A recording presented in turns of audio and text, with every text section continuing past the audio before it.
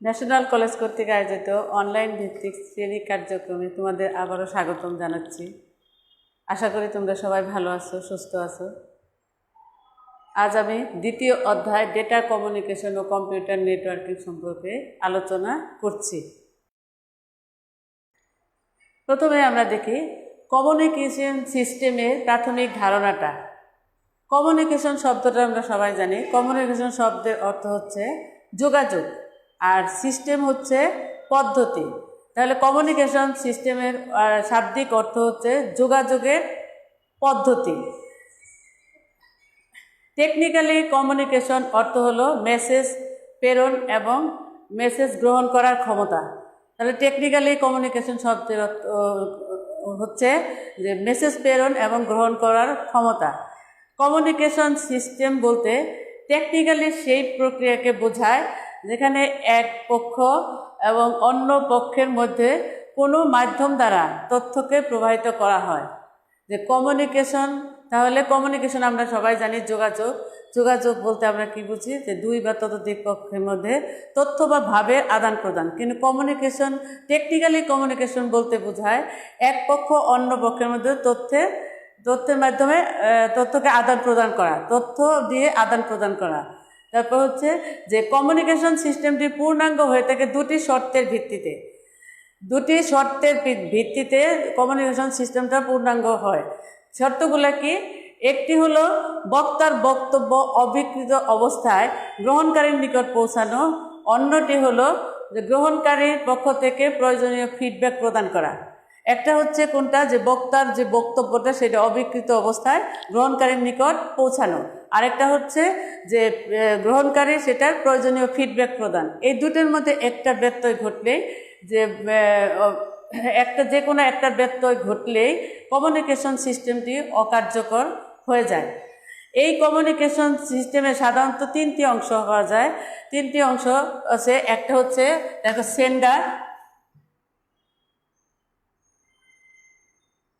Sender, দুই হচ্ছে receiver,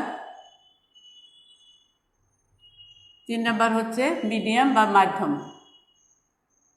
এই তিনটা অংশ কমিউনিকেশন সিস্টেমের। একটা হচ্ছে সেন্ডার, আর একটা হচ্ছে রিসিভার, আর একটা হচ্ছে মাধ্যম। প্রথম অংশ হচ্ছে সেন্ডার, যেখান থেকে ডেটা প্রেরণ করা হয় সে হচ্ছে সেন্ডার, আর যে গ্রহণ করে সে হচ্ছে রিসিভার, আর যে ওয়েতে যায়, যে মাধ্যম যায় সেটা হলো মাধ্যম। যেভাবে ডেটাটা যাচ্ছে, কখনো তারের মাধ্যমে আবার কখনো তারবিহীন মাধ্যমে, সেটা হচ্ছে মাধ্যম। তাহলে তিনটে পক্ষ লাগে। একটা হচ্ছে কি? সেন্ডার, আর একটা হচ্ছে রিসিভার, আর একটা হচ্ছে মাধ্যম। এই হচ্ছে তিনটা অংশের, যেটা এখানে কমিউনিকেশন সিস্টেম সাধারণত তিনটি অংশ পাওয়া যায়। একটা হচ্ছে কি? সেন্ডার, রিসিভার, আর একটা হচ্ছে মিডিয়াম। তারপরে আসো যে কমিউনিকেশনের ইতিহাস আমরা একটু দেখি। যে কমিউনিকেশনের ইতিহাস যদি বলি, তাহলে প্রাচীনকালে মানুষ যোগাযোগ করতো কিসের মাধ্যমে? পায়ের মধ্যে চিঠি বেঁধে এক জায়গা থেকে আরেক জায়গায় পাঠানো হতো। এটা আমরা ইতিহাস ঘাটলে এটা দেখতে পাই। প্রাচীনকালে মানুষ এইভাবেই যোগাযোগ করত। তারপর হচ্ছে পরবর্তীকালে সভ্য জাতির সময় ঘোড়ার ডাকের মাধ্যমে ডেটা এক জায়গা থেকে এক জায়গায় পাঠাতো বা চিঠিপত্র পাঠাতো। আমরা আগে চিঠিপত্র বলতাম, টেকনিক্যালি সময়ে ডেটা আদান প্রদান করা হয়। কিন্তু আগে কি ছিল? যেটা হলো চিঠিপত্রের মাধ্যমে এক জায়গা থেকে এক জায়গায় যোগাযোগ করা হতো। তারপর হচ্ছে কিছুকাল পূর্ব পর্যন্ত আমরা অনেক জায়গায় দেখে আসছি যে রানার বা ডাক হরকরার মাধ্যমে যোগাযোগ করা হতো। রানার বা ডাক হরকরার মাধ্যমে যোগাযোগ করা হতো। তারপর টেলিগ্রাফ পদ্ধতি আবিষ্কারের ফলে তথ্য বিনিময় ব্যবস্থায় বৈজ্ঞানিক পদ্ধতির প্রয়োগ ঘটে। যখন টেলিগ্রাফ আবিষ্কার হয় তখন বৈজ্ঞানিক ব্যবস্থার কিছু প্রয়োগ ঘটে পদ্ধতির। 1876 সালে আলেকজান্ডার গ্রাহাম বেল কর্তৃক বৈদ্যুতিক সংকেতের সাহায্যে টেলিফোন লাইনের মাধ্যমে কণ্ঠস্বর প্রেরণের পদ্ধতি আবিষ্কারের পর ডেটা কমিউনিকেশনের নতুন অধ্যায় সূচিত হয়। কিভাবে? নতুন দিগন্ত উন্মোচিত হচ্ছে। যে যখন 1876 সালে আলেকজান্ডার গ্রাহাম বেল কর্তৃক যখন টেলিফোন আবিষ্কার হয়, তখন মানুষের কণ্ঠস্বর এক জায়গা থেকে আরেক জায়গায় পাঠানো যেত। কিসের মাধ্যমে? টেলিফোনের মাধ্যমে। তারপর 1940 সালে ডক্টর জর্জ স্টিভিস প্রথম কম্পিউটার থেকে টেলিগ্রাফ লাইনের মাধ্যমে নিউ ইয়র্ক সিটিতে অবস্থিত বেল ল্যাবরেটরি ক্যালকুলেটরে ডেটা প্রেরণ করেন। এটি ছিল তথ্য প্রেরণের প্রথম কম্পিউটার ব্যবহারের উদাহরণ। কে? 1940 সালে ডক্টর জর্জ টিভিস। তিনি প্রথম কম্পিউটার থেকে টেলিগ্রাফ লাইনের মাধ্যমে ক্যালকুলেটরে ডেটা প্রেরণ করেন। এটি ছিল তথ্য প্রেরণের সবচেয়ে বড় উদাহরণ।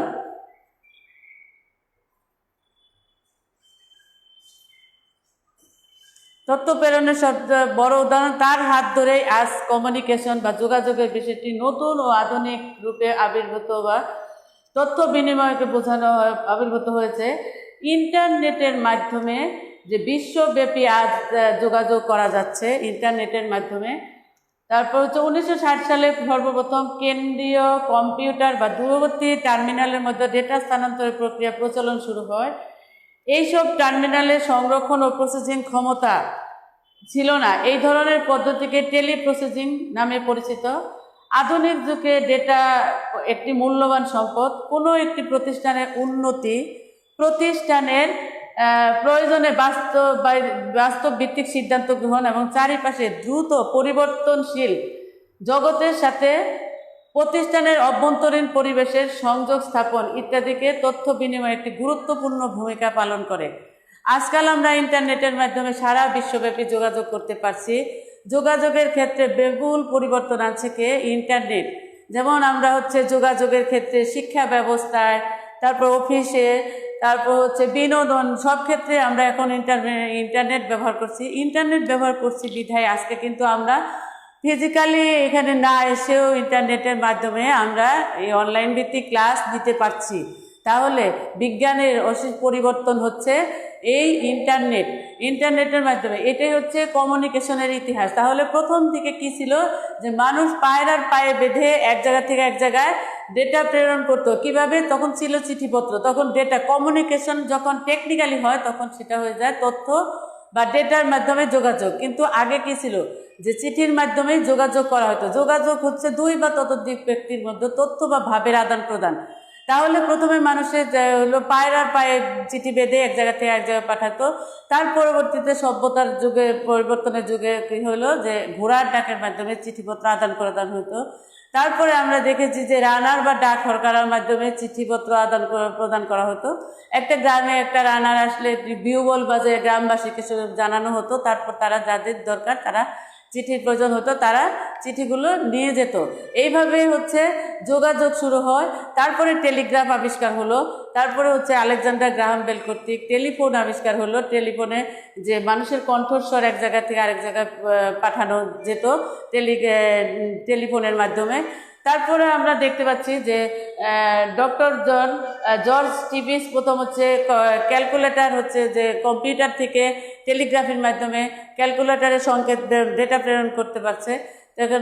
তারপর 1960 সালে একটা কেন্দ্রীয় কম্পিউটার বা দূরবর্তী টার্মিনালের মধ্যে ডেটা স্থানান্তর প্রক্রিয়া চালু পদ্ধতিটা প্রচলন শুরু হয়। যে টার্মিনালের সংরক্ষণ ও টার্মিনালের মধ্যে ডেটা স্থানান্তর প্রক্রিয়া চালু হয়। এইভাবে যুগের পর যুগ যে ডেটা কমিউনিকেশনের ইতিহাস আমরা জেনে আসছি। আর এখন বিশ্বব্যাপী যোগাযোগের জন্য সবচেয়ে বড় ব্যবস্থা ইন্টারনেট। আমরা এখানে বসেও হাজার হাজার কিলোমিটার দূরের লাইব্রেরিতে পড়াশোনা করতে পারছি। তারপর যে এখন অনলাইন আমরা ক্লাস দেখতে পাচ্ছি, কেনাকাটা করতে পারছি। এই ইন্টারনেট সারা বিশ্বব্যাপী যোগাযোগ ব্যবস্থাকে প্রভূত উন্নতি সাধন করেছে। এখন তাহলে আমরা এবারে দেখি ডেটা কমিউনিকেশন বলতে কি বোঝায়। এখন একটু আমরা দেখি টেকনিক্যালি। তাহলে কমিউনিকেশন অংশ তিনটা। একটা হলো সেন্ডার, আরেকটা হলো রিসিভার, আরেকটা হলো মিডিয়াম, মাধ্যম। তাহলে ডেটা কমিউনিকেশন বলতে কি বোঝায়?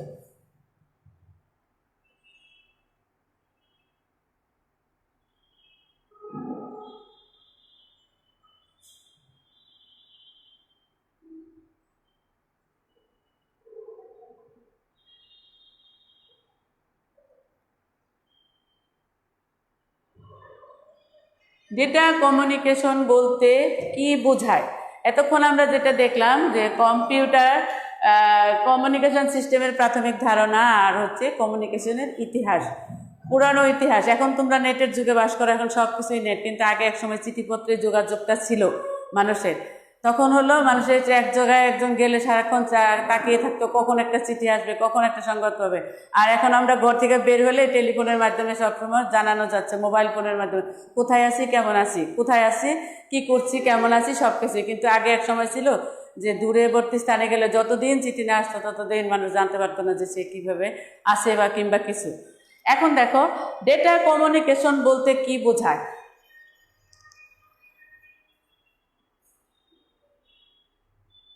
ডেটা বা তথ্য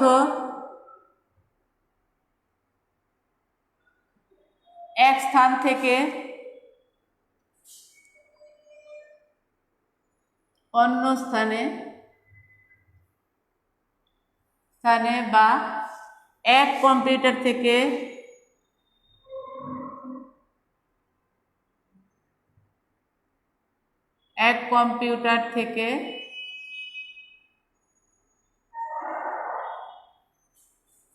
অন্য কম্পিউটারে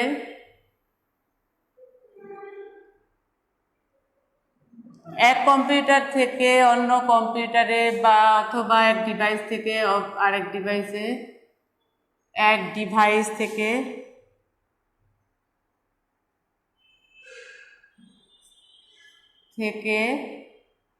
অন্য ডিভাইসে ডেটা স্থানান্তরকে ডেটা কমিউনিকেশন বলে। ডেটা বা তথ্য এক স্থান থেকে অন্য স্থানে বা এক কম্পিউটার থেকে অন্য কম্পিউটারে অথবা এক ডিভাইস থেকে অন্য ডিভাইসে স্থানান্তরকে ডেটা কমিউনিকেশন বলে। দেখো ডেটা যে এক কম্পিউটার থেকে, আমরা ওকে বললাম টেকনিক্যালি ডেটা প্রেরণ হচ্ছে যে সেন্ডার রিসিভার, তাহলে এক কম্পিউটার থেকে একটা হচ্ছে সেন্ডার, একটা হলো রিসিভার।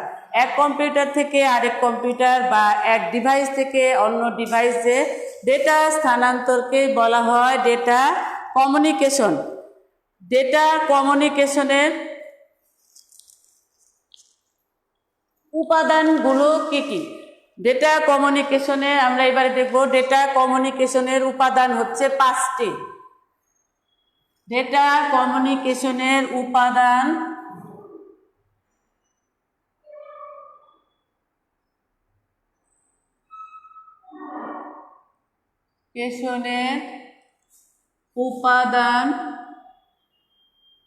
হচ্ছে 5টি। 1. উৎস, সোর্স। 2. কমিউনিকেশন উপাদানগুলো কি কি? প্রেরক,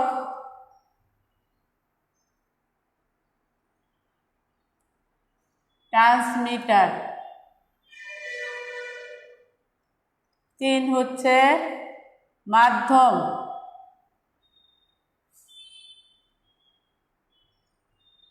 মিডিয়াম। 4 হচ্ছে প্রাপক বা গ্রাহক, প্রাপক, রিসিভার। 5 হচ্ছে গন্তব্য, ডেস্টিনেশন। এই হচ্ছে ডেটা কমিউনিকেশনের উপাদান। প্রথম হচ্ছে কি? উৎস, তারপরে প্রেরক, মাধ্যম, প্রাপক, গন্তব্য। ডেটাগুলোকে সব জায়গায় উৎস থেকে কোথায় যায়? গন্তব্যে। উৎস থেকে গন্তব্যে। তাহলে ডেটা কমিউনিকেশনের উপাদানের উৎসটা কি? যে উৎস হচ্ছে ডেটা কমিউনিকেশনের ক্ষেত্রে যেসব ডিভাইসে হতে ডেটা বা উপাত্ত তৈরি করা হয় তাই হচ্ছে তোমার উৎস। যে ডেটা কমিউনিকেশনের ক্ষেত্রে যেসব ডিভাইস হতে ডেটা তৈরি করা হয়, তার ডেটা বা তথ্য তৈরি করা হয় তাই হচ্ছে তোমার উৎস। উৎস হচ্ছে কম্পিউটার বা টেলিফোন,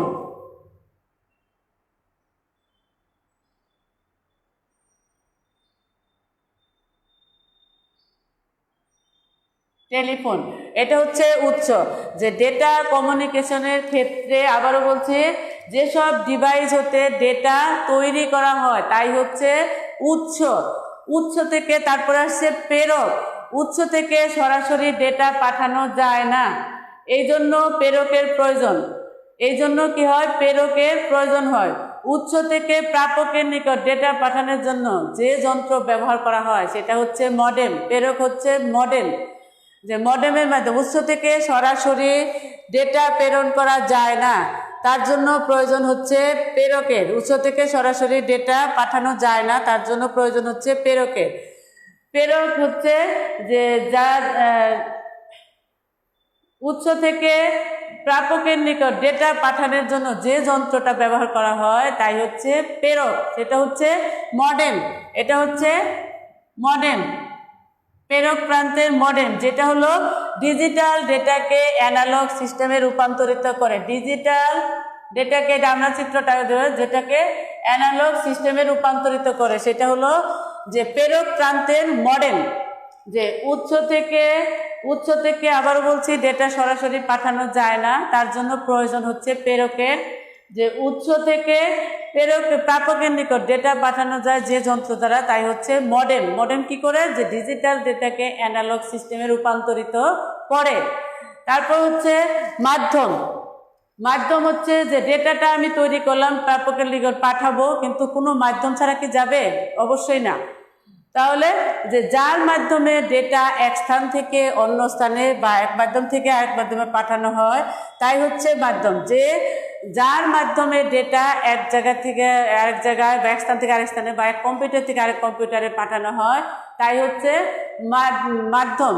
মাধ্যম তাহলে কি, যে optical fibre, radio wave, microwave, তারপরে হচ্ছে কোএক্সিয়াল কেবল, এগুলো হচ্ছে তারের মাধ্যমে হতে পারে, তারবিহীন মাধ্যমেও হতে পারে। অবশ্যই দুইভাবেই আমরা ডেটা পাঠাতে পারি, তারের মাধ্যমে, তারবিহীন মাধ্যমে। তাহলে যে যার মাধ্যমে, চ্যানেলটা হচ্ছে যার মাধ্যমে ডেটা এক স্থান থেকে আরেক স্থানে বা এক কম্পিউটার থেকে আরেক কম্পিউটারে পাঠানো হয় তাই হচ্ছে মাধ্যম। সেই মাধ্যমটা তারের মাধ্যম হতে পারে, তারবিহীন মাধ্যমেও হতে পারে। যেমন তারের মাধ্যম coaxial cable, optical fibre, twisted pair cable. আর যদি আমরা তারবিহীন ওয়াইফাই, ওয়াইমিক্স, তারপরে হচ্ছে তোমার রেডিও ওয়েভ, মাইক্রোওয়েভ, স্যাটেলাইট, এগুলো হচ্ছে মাধ্যম। তারপরে আসছি আমরা প্রাপকে।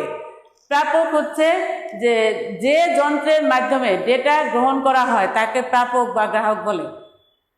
যে যন্ত্রের মাধ্যমে ডেটা গ্রহণ করা হয় তাকে কি বলে? প্রাপক বা গ্রাহক। এই গ্রাহক হচ্ছে মডেম। তাহলে যে পৌঁছানোর যে প্রান্তে হচ্ছে এই প্রান্তের মডেম হচ্ছে প্রাপক বা গ্রাহক। এই অ্যানালগ সিস্টেমটাকে আবার কি করে ডিজিটাল সিস্টেমে রূপান্তরিত করে গ্রাহক গ্রহণ করে। তাহলে এটা হচ্ছে প্রাপক বা গ্রাহক। যে যন্ত্রের মাধ্যমে ডেটাকে গ্রহণ করা হয় সেটাই হচ্ছে প্রাপক বা গ্রাহক। এই প্রাপক হচ্ছে কে? মডেম। তারপরে হচ্ছে গন্তব্য। গন্তব্য হচ্ছে সর্বশেষ যে ডিভাইস সমূহে ডেটাকে পাঠানো হয় তাকে বলা হয় গন্তব্য।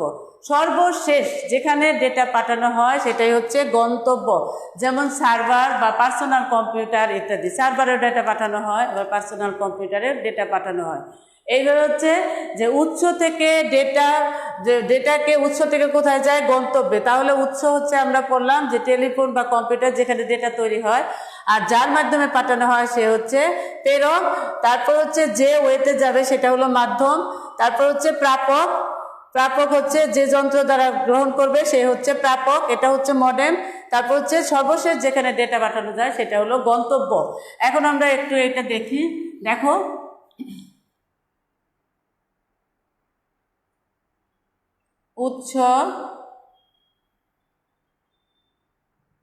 উৎস এখান থেকে কোথায় যাবে? প্রেরক। এটা কি হবে? ডিজিটাল। তারপরে হচ্ছে মাধ্যম।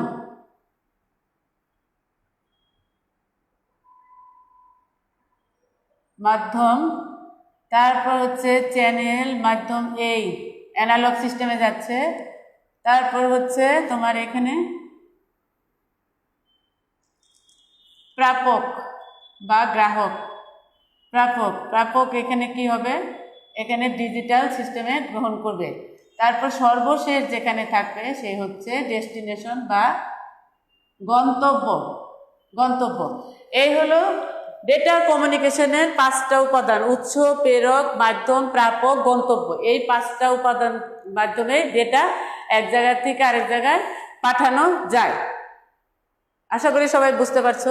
আমরা যেমন সকালে ঘর থেকে বেরিয়ে আসলে ঘরে কি করি, তালা মারি, আবার বেরিয়ে যাই, আবার যখন ঘরে যাই একদম তখন আবার তালা খুলে ঘরে যায়। ঠিক একইভাবে দেখো, উৎস থেকে প্রথমে ডেটাটাকে কী করা হয়, প্রেরণ করা হয়। উৎস থেকে সরাসরি মাধ্যমে যেতে পারে না, প্রাপকের কাছে যেতে পারে না। উৎস থেকে কার কাছে যায়, প্রেরক, প্রেরকের কাছে।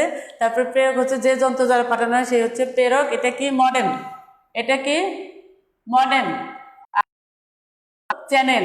আর এটা হচ্ছে মডেম, যে দুই প্রান্তে দুইটা মডেম, একটা হলো ডিজিটাল সিগন্যালকে অ্যানালগে রূপান্তর করে, আবার অ্যানালগকে ডিজিটালে রূপান্তর যার কাছে পাঠানো হয় তাই হচ্ছে গন্তব্য। তাহলে এটা ডেটা কমিউনিকেশনের উপাদানগুলো আমরা দেখলাম। এবারে আসি ডেটা ট্রান্সমিশন স্পিড কি। ডেটা ট্রান্সমিশন স্পিড কি?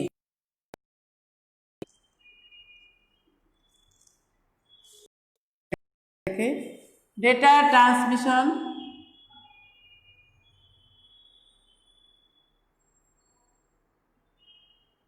স্পিড কি? ডেটা ট্রান্সমিশন স্পিড কি?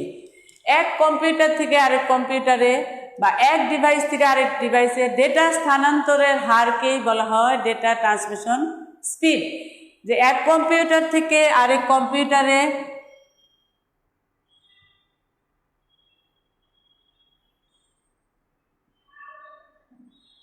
থেকে আরেক কম্পিউটারে বা এক ডিভাইস থেকে, আগের সংখ্যাটার সাথে মিল করে লিখছি, এক ডিভাইস থেকে অন্য ডিভাইসে ডেটা স্থানান্তরের হারকে, এটা একটু দেখো, একটু দাগ দিয়ে দিলাম, হারকে ডেটা ট্রান্সমিশন স্পিড বলে।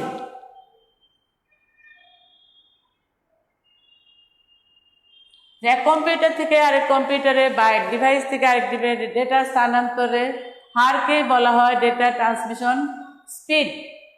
Data transmission speed, data transmission স্পিডকে আবার ব্যান্ডউইথও বলা হয়। তাহলে ব্যান্ডউইথ কোনটা? প্রতি সেকেন্ডে যে পরিমাণ বিটের সমকক্ষ ডেটা ট্রান্সমিশন হয় তাকে বলা হয় ব্যান্ডউইথ বা বিপিএস, বিট পার সেকেন্ড। প্রতি সেকেন্ডে যে পরিমাণ বিটের সমকক্ষ, যে পরিমাণ বিটের সমকক্ষ ডেটা ট্রান্সমিট হয় তাকেই বলা হয় ব্যান্ডউইথ বা বিপিএস। প্রতি সেকেন্ডে, এটা কিন্তু জ্ঞানের প্রশ্ন আসে, প্রতি সেকেন্ডে যে পরিমাণ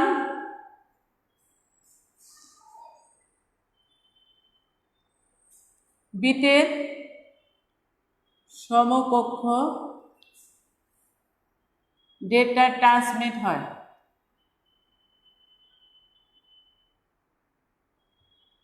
হয় তাকে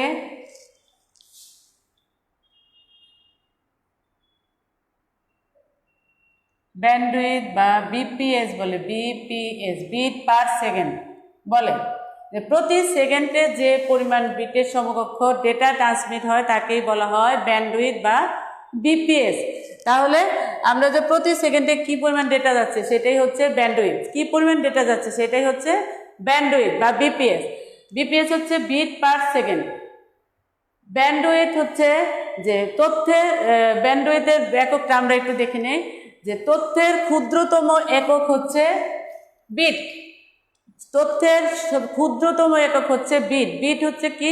বাইনারি ডিজিট, যেটাকে আমরা বাইনারি 0 বা 1 দ্বারা বুঝাই, 0 বা 1 দ্বারা বোঝানো হয়।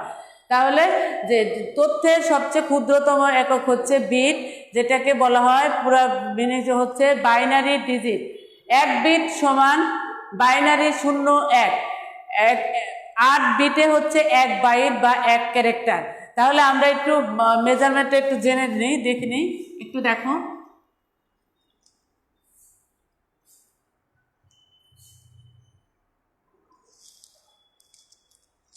BPS, bit per second. BPS হচ্ছে বিট পার সেকেন্ড। এক বিট দেখো 1 বিট কি 0, 1 বা 0 আর 1 বিট। তারপর হচ্ছে কেবিপিএস, এটা হচ্ছে কিলোবিট পার সেকেন্ড। কিলোবিট পার সেকেন্ড। 1024 বিটে 1 kbps, কিলোবিট পার সেকেন্ড। 1024 বিটে হয় 1 kbps, কিলোবিট পার সেকেন্ড। তারপর হচ্ছে mbps, mega bit per second, megabits per second.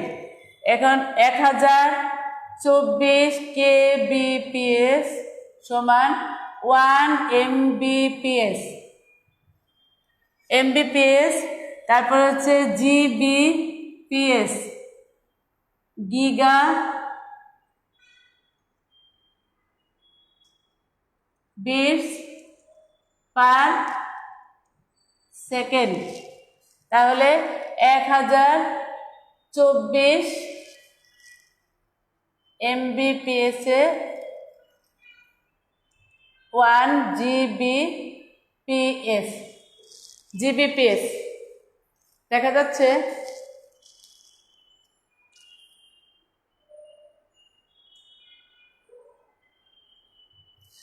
দেখো 1024 mbps এ 1 gbps। আবার আরেকটা দেখো, এখানে আমরা লিখি tbps, terabits per second. 1024 gbps হচ্ছে 1 tbps।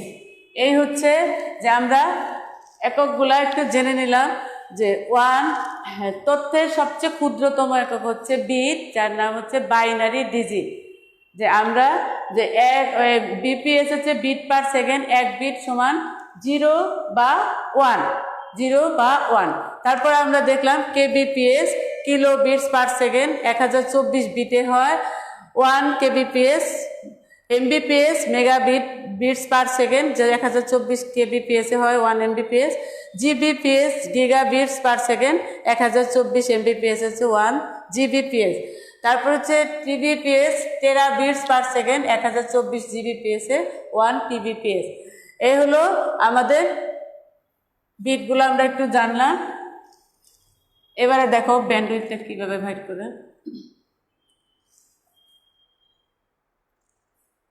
একটা আমরা ছোট্ট একটা গাণিতিক ক্রিয়াতে দেখি। একটি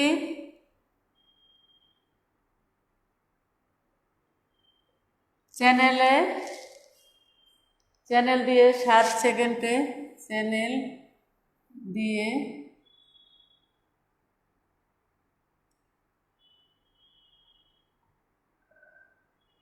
60 সেকেন্ডে 6300 বিট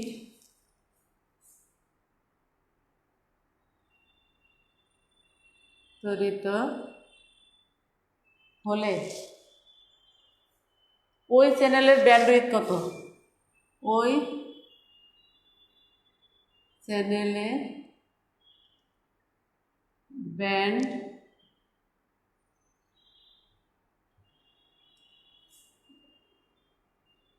ব্যান্ডউইথ কত? দেখো আমরা ছোট্ট একটা গাণিতিকের সাথে বের করি যে ব্যান্ডউইথ কত, তাহলে আমরা কিভাবে বের করব যে 7 সেকেন্ডে স্থানান্তরিত হয় কত বিট? 7 সেকেন্ডে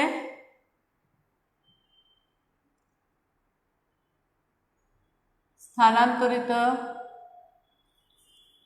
হয় কত বিট?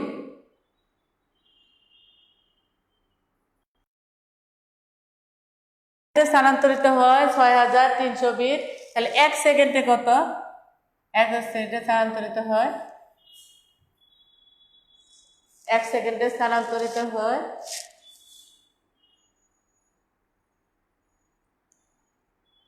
900। কত ব্যান্ডউইথ পেলাম আমরা? 900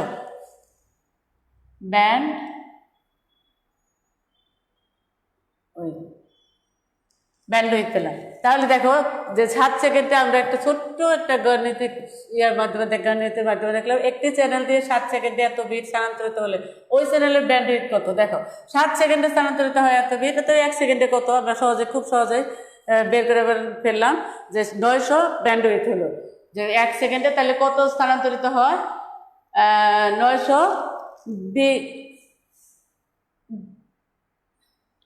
বিপিএস। তাহলে 1 সেকেন্ডে 900 ব্যান্ডউইথ বিপিএস। হ্যাঁ, তাহলে যে আমরা এই গাণিতিক সূত্রটা অবশ্যই গণিতটা আমরা বুঝতে পারছি। এবারে দেখো ডেটা ট্রান্সমিশন স্পিড বা গতির উপর ভিত্তি করে কয় ভাগে ভাগ করা হয়েছে? যে ডেটা ট্রান্সমিশন স্পিড বা গতির উপর ভিত্তি করে ডেটা স্থানান্তরে 3 ভাগে ভাগ করা হয়েছে। 1 নম্বর হচ্ছে ন্যারো ব্যান্ড, 2 নম্বর হচ্ছে ভয়েস ব্যান্ড, 3 নম্বর হচ্ছে ব্রডব্যান্ড। ডেটা স্থানান্তরে গতির উপর ভিত্তি করে বা স্পিডকে 3 ভাগে ভাগ করা হয়েছে, ন্যারো ব্যান্ড, ভয়েস ব্যান্ড, আর একটা হচ্ছে ব্রডব্যান্ড। তাহলে আমরা এটা হচ্ছে এটার গতি হচ্ছে কত? 45 বিপিএস থেকে সর্বোচ্চ 300 বিপিএস পর্যন্ত স্থানান্তরিত হয় 1 সেকেন্ডে, সর্বোচ্চ 300 বিপিএস পর্যন্ত। আর এটা হচ্ছে এরপরে 9600 বিপিএস পর্যন্ত সর্বোচ্চ ডেটা স্থানান্তর হতে পারে। ব্রডব্যান্ড শুরুটাই হচ্ছে 1 এমবিপিএস থেকে উপরে আনলিমিটেড পর্যন্ত ডেটা স্থানান্তরিত হয়। তাহলে যে ন্যারো ব্যান্ড কোনটা? সবচেয়ে ধীর গতি সম্পন্ন ব্যান্ডই হচ্ছে ন্যারো ব্যান্ড, যার গতি হচ্ছে 45 বিপিএস থেকে 300 বিপিএস পর্যন্ত, সর্বনিম্ন 45 থেকে শুরু করে 300 বিপিএস পর্যন্ত পার সেকেন্ডে ডেটা ট্রান্সমিশন হতে পারে। হ্যাঁ, তাহলে যে এটাকে আবার সাব ভয়েস ব্যান্ডও বলা হয়। সাব ভয়েস ব্যান্ড বলা হয় কেন? সব ফ্রিকোয়েন্সিতে পরিবাহিত হয়ে থাকে। যেহেতু শব্দ তরঙ্গ ন্যারো রেঞ্জের ফ্রিকোয়েন্সিতে পরিবাহিত হয়ে থাকে, তাই ন্যারো ব্যান্ডকে অডিও স্পেকট্রামের সাথে সমন্বিতভাবে শব্দ ধরনে ব্যবহার করা যায়। এই জন্য এটাকে সাব ভয়েস ব্যান্ডও বলা হয়।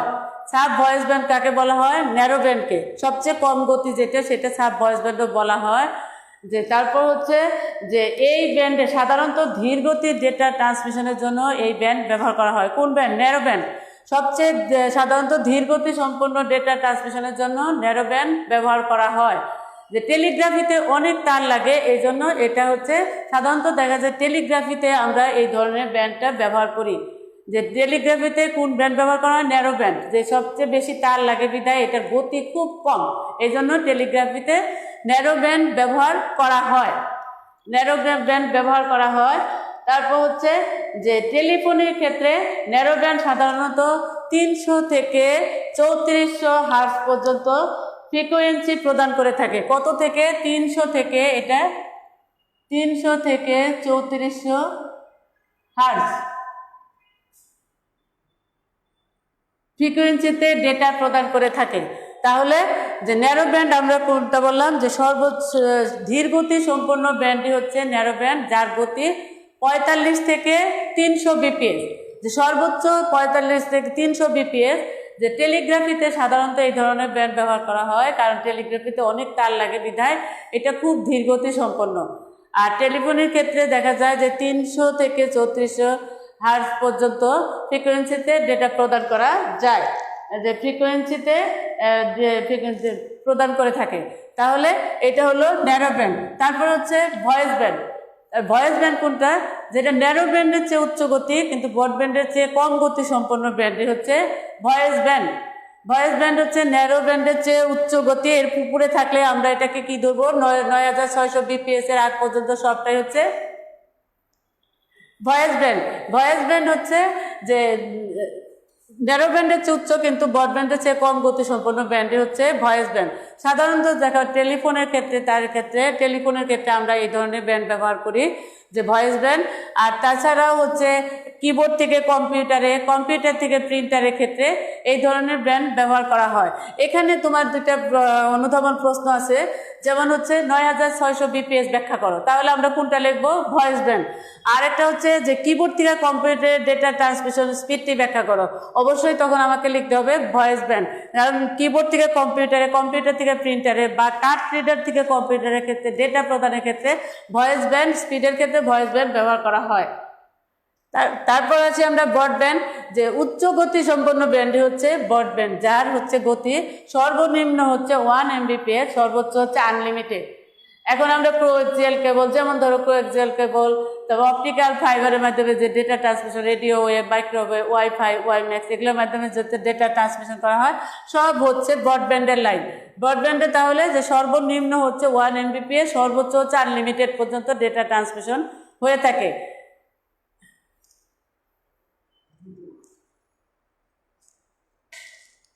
আশা করি সবাই বুঝতে পারছো। হ্যাঁ, অবশ্যই এটা একটু দেখবা, ভেরি ইম্পর্টেন্ট প্রশ্ন। এখান থেকে প্রতি বছরই অনুধাবন কিংবা জ্ঞানের প্রশ্ন হতে পারে। ব্যান্ডউইথ কি আমি বলে দিলাম। তারপরে ধীর গতি সম্পন্ন ব্যান্ড কোনটা, ন্যারো ব্যান্ড। আর হচ্ছে যে ভয়েস ব্যান্ডের থেকে 9600 বিপিএস স্পিডটি ব্যাখ্যা করো, কিংবা কম্পিউটার থেকে প্রিন্টারের ডেটা ট্রান্সমিশনের স্পিডটি ব্যাখ্যা করো। কম্পিউটার প্রিন্টারের ক্ষেত্রে ডেটা ট্রান্সমিশন হয় হচ্ছে স্পিডটা হচ্ছে ভয়েস ব্যান্ড। তারপর হচ্ছে কিবোর্ড থেকে কম্পিউটারে ডেটা ট্রান্সমিশনের স্পিডটি ব্যাখ্যা করো, ভয়েস ব্যান্ড। আর ব্রডব্যান্ডের ক্ষেত্রে হচ্ছে 1 MBps স্পিডটি ব্যাখ্যা করো, তাহলে আমরা অবশ্যই এটা লিখবো ব্রডব্যান্ড, যে সর্বনিম্ন গতি হচ্ছে 1 MBps, সর্বোচ্চ আনলিমিটেড।